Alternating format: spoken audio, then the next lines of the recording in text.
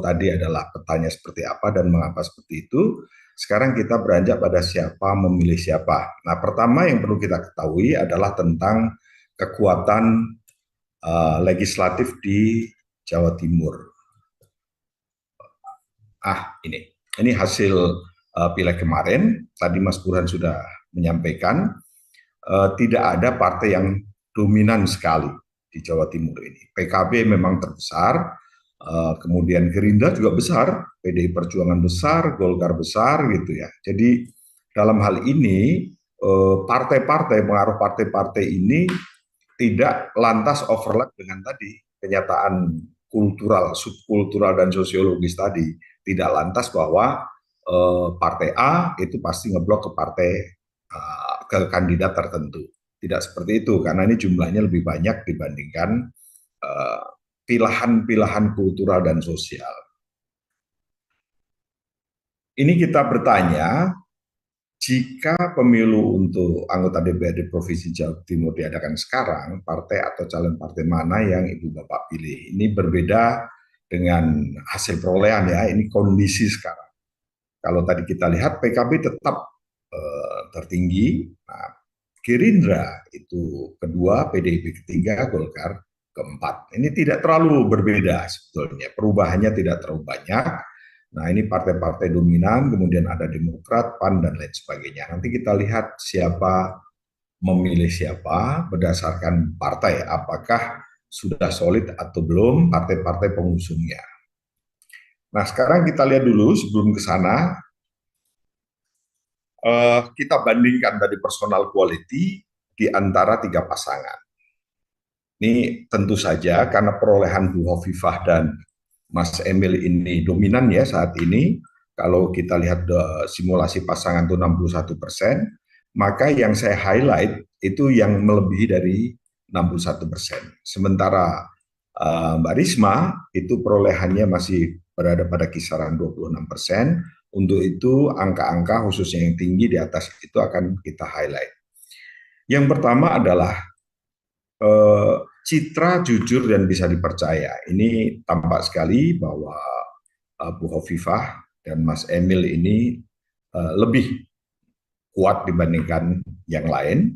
Kemudian perhatian pada rakyat juga sama. Ini kekuatannya adalah dua citra ini ditambah lagi tegas, ya ketegasan ya, dan berpenampilan menarik. Nah, ini menarik ini karena orang memilih itu alasannya macam-macam. Di antaranya ini ada masalah physical performance. Ini penting. Nah, bisa jadi karena memang ada Mas Emil di situ yang muda ya, bisa jadi seperti itu. Tetapi dari sekian kualitas ada 4 yang unggul. Sementara Mbak Risma dan Gus Han, kita lihat di sini, citra bersih dari korupsi itu melebihi dari perolehan suara base-nya dia. Kemudian berwibawa juga bagus, dan terakhir adalah pintar atau berpendidikan. Ini citranya kuat di sini. Sekarang kita masuk pada masalah breakdown-nya ya, pilihan-pilihan berdasarkan sosiodemografi. Calon kita ini nomor satunya adalah perempuan semua. Nah, ini istimewa bukan hanya karena perempuan, tetapi ini memperebutkan kursi nomor 1. Pada umumnya dalam politik kita, perempuan banyak mendapat dukungan, tapi bukan pada posisi nomor 1. Presiden, gubernur, bupati, tapi menteri itu resistensinya lebih rendah dibandingkan yang nomor 1. Menteri dari perempuan oke gitu ya, kemudian anggota legislatif perempuan oke, tapi untuk nomor 1 ini perjuangannya masih harus lebih keras lagi. Nah, ini memperebutkan kursi nomor 1 di Jawa Timur. Kita lihat bagaimana masalah perempuan.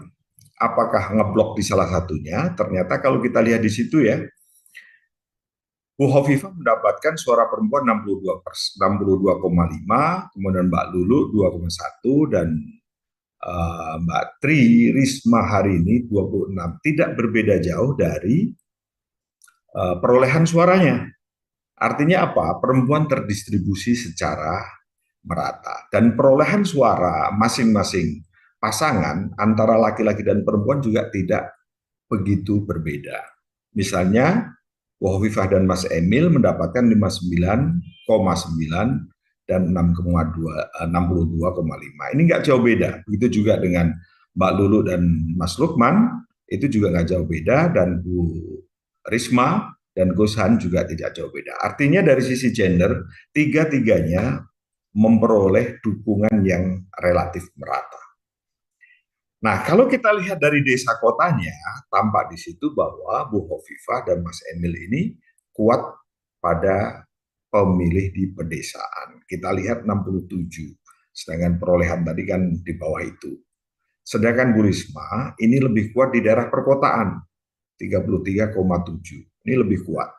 Secara absolut lebih banyak perolehannya Bu Hovifah. Tapi kalau secara proporsional dari perolehan suara secara umum, maka Bu Risma tampak sekali didukung lebih banyak oleh masyarakat perkotaan. Wajar, mungkin beliau adalah mantan wali kota Surabaya gitu ya. Dan tadi kedikenalannya juga masih terbatas. Jauh ketinggalan dibandingkan Bu Hovifah 30% gitu ya. Kemudian kita lihat, kalau tadi adalah laki-laki perempuan, karena kandidat utama kita adalah perempuan dan terdistribusi merata, kemudian desa kotanya ini yang membedakan. Sebelumnya kita sudah tahu bahwa NU di Jawa Timur ini yang merasa dekat dengan NU 80%. Ini melintasi berbagai macam identitas yang lain.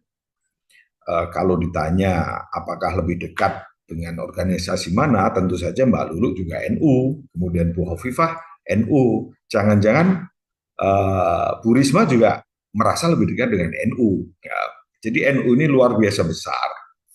Bagaimana dengan efeknya kalau kita lihat ya, apalagi Bu Hovifah ini adalah lama memimpin Muslimat ya. Nah, kalau kita lihat, menarik bahwa pendukung tiga-tiganya dalam hal identitas afiliasi organisasi keagamaannya ini terdistribusi dengan merata juga. Jadi umat NU ini ke Bu Risma, ke Mbak Lulu, dan juga ke Bu Hovifah. Tidak ada yang terlalu menjomplang gitu ya, dan ekstrim. Ini tidak ada. Kita lihat di situ 64%, sementara perolehan Bu Hovifah tadi dan Mas Emil itu 61. Bu Risma dan Gus Han tadi memperoleh 26, ini 23,5. Jadi selisihnya sedikit. Tetapi kalau kita lihat warga Muhammadiyah, ini kelihatan sama juga. Ternyata Muhammadiyah maupun NU ini sama terdistribusi dengan baik. Meskipun ini Mbak Lulu masih belum ada dukungan dari Muhammadiyah ya. Tetapi untuk kandidat Mbak Hovifah dan Mbak Risma, ini NU maupun Muhammadiyah berbagi secara proporsional. Ormas lain baru lebih banyak ke Mbak Risma, meskipun secara absolut Bu Hovifah masih lebih banyak. Nah, selain Muslim, kita kategorikan karena jumlahnya kecil, hanya 3,6% adalah pemeluk agama lain, ini mayoritas ke Bu Risma dan Gus Han, 59,1. Ini pendukungnya ke sana. Sedangkan yang mendukung Bu Hovifah dan Mas Emil 34,4%. Dari sisi etnis, kita lihat Jawa misalnya. Bahwa Jawa ini besar sekali ya, ada Madura dan Jawa lainnya kecil-kecil yang saya sebut tadi. Osing itu juga ada tapi kecil baseline-nya. Untuk etnis Jawa, ini kita lihat tidak banyak jomplang juga kalau kita lihat sini. 61,5% mendukung Bu Hovifah. Sementara Bu Risma 28. Begitu juga dengan Madura. Nah ini menarik, kalau Madura ini tidak terlalu banyak, tapi khusus untuk Bu Risma mendapat dukungan yang lebih rendah dibandingkan perolehan suaranya. Jadi secara proporsional memang Madura ini lebih banyak yang ke Bu Hovifah, dan secara absolut juga lebih banyak ke Bu Hovifah.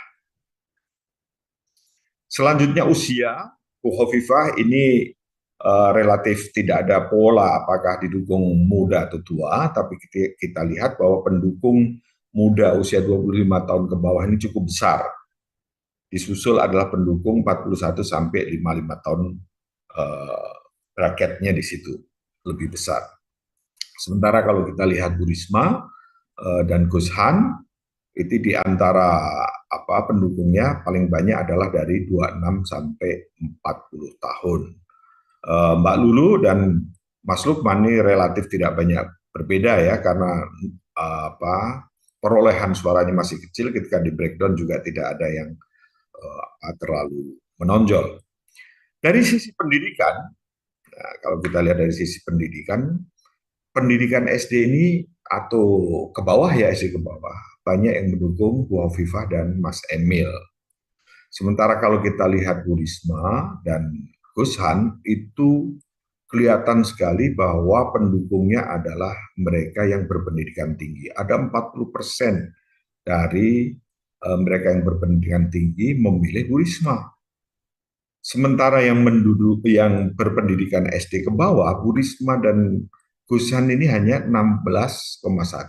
Ini konsisten dengan tadi ya, kota desa, kemudian pendidikannya itu memang berbeda. Profesi ini kita lihat tadi, karena kita tahu bahwa Bu Hovifah dan Mas Emil ini banyak pedesaan, pendidikan rendah. Nah, kita lihat di sini bahwa profesi yang berkaitan dengan status pedesaan dan pendidikan rendah, petani, peternak, nelayan, ini mutlak, ini 70% ke sana. Kemudian ada lagi yang cukup besar, ada pegawai gitu ya, yang berbagi dengan Bu Risma. Nah, ini ada yang menarik lagi adalah ibu rumah tangga. Lagi-lagi ini perempuan lagi. Bagaimana ibu rumah tangga milih siapa? Ternyata terdistribusi secara proporsional. Kalau kita lihat di situ ya, 61,9, kemudian 28, ini dekat-dekat dengan perolehan suaranya. Kalau kita lihat di sini, maka lagi-lagi perempuan terdistribusi secara proporsional. Pendapatan sesuai dengan status pendidikan, ini Bu Risma banyak didukung oleh mereka yang berpendapatan tinggi. Sementara Bu Hovifah dan Mas Emil itu berpendapatan 1 sampai 2. Ya relatif menengah ke bawah lah. Itu cukup besar. Nah, itulah kira-kira kalau kita lihat dari beberapa identitas dasar ya, mulai dari etnis, kemudian pendidikan, pendapatan, sosial ekonomi statusnya seperti itu. Perbedaannya terjadi pada status desa kota dengan implikasi pendidikan yang berbeda, kemudian pendapatan berbeda. Tapi kalau dari sisi perempuan, laki-laki itu relatif tidak berbeda. Pendukungnya sama-sama banyak. Nah, sekarang kita lihat, ini kan wilayah, tadi di awal kita berbicara tentang ada Mataraman, ada Tapal Kuda, ada Madura, ada juga Osing, dan juga Arek. Kita coba lihat, kalau seandainya antara pilihan kultural, subkultur dengan partai itu nyambung 100%, maka Mataraman ini akan harusnya, katakan gitu ya, ngeblok ke Bu Risma. Begitu juga kalau misalnya daerah PKB dan lainnya itu di luar itu, maka akan berbagi. Apakah seperti itu? Nah, kita lihat ya, Pacitan masuk Mataraman itu malah ke Bu Hovifah. Kemudian Trenggalek itu juga ke pasangan Bu Hovifah dan Mas Emil. Tulung Agung itu juga sama. Nah, ini tampaknya ini pengaruh Mas Emilnya di sini. Trenggaleknya itu tinggi sekali kan. Padahal itu masih wilayah berdekatan bagian dari Mataraman. Kemudian Jember. Jember kalau ini memang basis ya. Hovifah di situ kuat. Kemudian Bondowoso ini basis juga, Situ Bondo basis juga, Probolinggo juga. Nah, ini kan Madura ini bukan hanya Pulau Madura tapi juga Tapal Kuda. Untuk itu kita lihat di situ unggul. Plus lagi ini yang Mataraman ke Madiun. Ini Bu Hovifah juga unggul di sini. Nah, tadi ada pengaruh wakil, kelihatan tadi Trenggalek ya. Oh, mungkin juga nanti kita akan lihat kabupaten sampingnya. Nah, Bu Risma dan Gus Han ini unggul di Ponorogo, kemudian di Blitar. Ini Mataraman lagi-lagi di atas perolehan rata-ratanya. Kemudian ada Mojokerto, Jombang, ini ke arah Arek. Kita lanjutkan lagi, nah itu ada Bojonegoro. Ini Bu Hovifah unggul juga di Bojonegoro, di wilayah utara ya. Kemudian Lamongan, ini wilayah utara juga, unggul juga. Pamekasan, bahkan Blitar. Blitar ini terkenal Mataraman, tapi juga masuk menang Bu Hovifah. Pasuruan, Mojokerto juga sama, ini wilayah Arek ke Bu Hovifah. Jadi kalau kita lihat di sini, Bu Hovifah bisa unggul tidak hanya di wilayah-wilayah yang disebut daerah Madura, tapi juga sebagian kabupaten di wilayah Mataraman dan sejumlah kabupaten di wilayah Arek itu juga unggul. Nah, kalau sebelah kanan kita lihat Bu Risma dan Gus Han, ini unggul di Kota Kediri, Mataraman, kemudian Malang, ada daerah Arek nih ya, Probolinggo. Nah, ini daerahnya harusnya ke Bu Hovifah ini. Ini bisa unggul Probolinggo, kemudian Madiun memang daerah basis dan lebih basis lagi adalah Kota Surabaya, di mana Bu Risma pernah menjabat sebagai wali kota yang cukup lama. Di sini solid ke Bu Risma. Ini wilayah-wilayahnya. Nah, sekarang kalau kita tanya tentang kita cross ini antara pilihan partai dengan pilihan pasangan. Lagi-lagi, apakah ada pola yang ajak, pola yang konsisten antara suara partai pengusung dengan suara pendukung partai pengusung? Artinya publik seperti apa? Apakah sudah terkonsolidasi sedemikian rupa? Pertama PKB, meskipun PKB ini harusnya solid, ternyata ke Mbak Lulu dan Mas Lukman hanya 2,9. Kebanyakan mendukung warga PKB, Mbak Hovifah dan Mas Emil. Gerindra juga sama ke Mbak Hovifah. Golkar, Nasdem itu sudah di atas 60%. PAN juga sama di atas 60%. Partai Demokrat, PSI di atas 60%. Nah, ini partai pengusungnya sudah di atas 60%. Kita lihat pasangan Bu Risma dan Gus Han, ini PDIP baru 38,1. Bahkan 51,9-nya masih mendukung Bu Hovifah. Ini ada perbedaan di sini. Soliditasnya belum mengarah pada kandidat yang diusung partai. Artinya komunikasi antara keputusan elit dengan publiknya ini masih belum sinkron. Partai Buruh, kemudian PKS malah lebih banyak juga, Bu Risma dan Gus Han. PAN juga lumayan dukungannya. Selanjutnya PSI ya. Nah, PSI ini banyak yang sudah Bu Hovifah, tapi ke Bu Risma juga lumayan. Kalau kita lihat dari sini, kebanyakan partai-partai pengusung, pengusung Bu Hovifah dan Mas Emil ini memang sudah kelihatan dukungannya, sementara partai yang mengusung Mbak Lulu dan Mas Lukman ini masih belum maksimal lah ya. Termasuk juga Bu Risma, ini PDIP-nya juga belum maksimal. Nah, tadi persoalannya, apakah dengan sisa waktu seperti ini mungkin? Ya kita masih punya waktu 2 bulan kan. Dan tergantung tadi Mbak Rizka sudah menjelaskan berbagai macam kerja politiknya, mulai dari pemasangan baliho spanduk sampai tim ses dan lainnya tampak juga belum maksimal di situ, maka memang harus all out ya. Ini masih polanya masih kita belum bisa memastikan akhirnya seperti apa. Tapi dari sisi partai seperti itu. Kita melihat basis pemilih pilpres, pasangan pilpres yang lalu ya. Apakah ada pola juga? Ternyata memang ada di sini. Suara para pendukung Mas Ganjar dan Pak Mahfud ini berbagi antara Mbak Hovifah dan Bu Risma. Sementara kalau suara dari Pak Prabowo dan Mas Gibran itu lebih banyak ke Mbak Hovifah dan Mas Emil. Suara Mas Anies ini berbagi juga kalau kita lihat basis suaranya ya pada tiga pasangan ini. Nah, itulah pertanyaan tadi, siapa memilih siapa atau siapa yang memilih pasangan Bu Risma dan Gus Han, Bu Hovifah dan Mas Emil, dan Mbak Lulu dan Mas Lukman. Petanya seperti itu.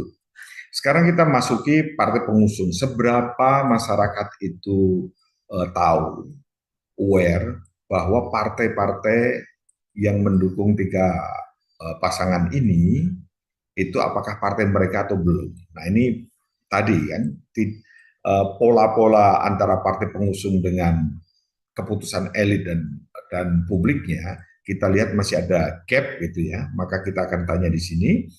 Yang pertama adalah apakah Ibu tahu atau pernah dengar bahwa pasangan gubernur, calon gubernur dan wakil gubernur Khofifah Indar Parawansa dan Emil Elistianto Dardak diusung oleh 15 partai. Banyak ini, paling banyak ini partainya 15 partai. Yang tahu baru 20,9. Dan di antara 20,9 itu 67% itu setuju. Nah, ini masih belum maksimal. Kalau saja lebih banyak yang tahu, mungkin efek partai ini akan lebih kuat lagi. Kemudian kita tanya tentang dukungan PKB kepada Mbak Lulu dan Mas Lukman. Hanya 9,3% yang tahu. Ini dari seluruh pemilih ya. Kalau kita lihat dari seluruhnya aja 9,3, warga PKB mungkin pasti jauh lebih rendah dari itu yang tahu. Nah ini ketika kita tanya dari 9,3 ini apakah setuju atau tidak, hanya 55,5% yang setuju. Ini masih ada gap juga. Terakhir kita tanya tentang PDIP yang mengusung Bu Risma dan Mas Gus Han ya. Ini paling tinggi yang sudah tahu, 31,8, dan kebanyakan juga setuju. Nah, ini di antara warga PDIP dari 31,8 ini memang pasti lebih rendah dari ini. Maka perlu lebih tahu lagi, karena tadi gap-nya cukup tinggi. Pemilih PDIP yang ke Bu Risma masih jauh dari maksimal. Terakhir, nah ini karena ada petahana, maka kita juga mengevaluasi petahana. Prinsipnya, kalau petahana baik, maka yang diuntungkan petahana. Tetapi kalau petahana dinilai kinerjanya tidak baik, maka ketika maju lagi itu akan mendapatkan hambatan yang besar sekali. Karena kecenderungan petahana itu bisa stabil selama masa-masa pemilu ini, itu sudah bagus. Pada umumnya petahana ini cenderung untuk turun karena memang terjadi kampanye, terjadi pertarungan ide, pertarungan informasi, apalagi kalau di medsos ya, itu kan masing-masing punya tim dan pendukung yang saling berdebat dan lain sebagainya. Nah, sekarang kita lihat tentang bagaimana evaluasi publik terhadap kinerja petahana. Pertanyaan standar secara umum, apakah Ibu Bapak sangat puas, cukup puas, kurang puas, atau tidak puas sama sekali dengan kinerja Hovifah Indar Parawansa sebagai Gubernur Jawa Timur? Nah, ini ada 13,9% mengatakan sangat puas. Sementara yang cukup puas 70,5%. Kalau digabungkan, ini 84% merasa puas. Ini tinggi maksudnya. Tinggi. Nah, untuk itu wajar kalau kemudian ini menjadi modal yang kuat buat Bu Hovifah untuk maju lagi. Karena incumbent itu modalnya bukan apa-apa. Modalnya adalah kinerja yang sudah dijalani. Itu yang paling pokok. Kinerja yang sudah dijalani itulah yang menjadi modalnya. Kemudian kita juga tanya tentang kinerja wakil, yaitu Mas Emil. Ini juga tinggi, meskipun di bawah Bu Hovifah, tapi tetap itu di atas 70%. Nah, wajar juga kalau tadi juga kita lihat ya, selain popularitasnya tinggi, tampak sekali bahwa sebagai wakil Mas Emil juga sudah berkontribusi di wilayahnya gitu ya, untuk meskipun itu bukan basis utamanya Bu Hovifah, tetapi di sana mendapatkan suara yang bagus. Apakah publik menginginkan kembali? Nah, ini kalau kita tanya, setelah kita tanya evaluasinya, menginginkan Bu Hovifah lagi enggak? Nah, ini 67% mengatakan menginginkan lagi. Nah, tadi perolehannya Bu Hovifah tadi ketika pasangan itu kan 61 ya, 61%. Tidak terlalu jauh. Jadi orang menginginkan di sini yang menyatakan menginginkan ternyata memilih juga. Gitu. Yang tidak menginginkan hanya 19,5% atau 20%. Nah, ini juga menjadi penjelas mengapa perolehan Bu Hovifah, pasangan Hovifah saat ini seperti itu. Dan kandidat lain, pasangan lain belum berhasil untuk mendekati, menyaingi, setidaknya pada saat survei ini dilakukan. Kita masih ada 2 bulan lagi dan berbagai macam kerja kampanye masih ada waktunya. Kita berharap pemilu di pilkada di Provinsi Jawa Timur berjalan dengan sehat, seru, dan kita ini bersejarah karena ini adalah saat di mana Jawa Timur memiliki kandidat yang semuanya perempuan. Jadi ini bersejarah sekali. Tadi Mas Burhan sudah menyinggung betapa dalam politik ini perempuan masih belum mendapatkan dan mencapai tempat yang seharusnya. Dan ini adalah awal yang baik. Saya kira dari saya itu, ini udah kesimpulan. Saya kembalikan lagi ke Mbak Rizka. Silahkan Mbak Rizka. Oke, terima kasih Pak Hendro.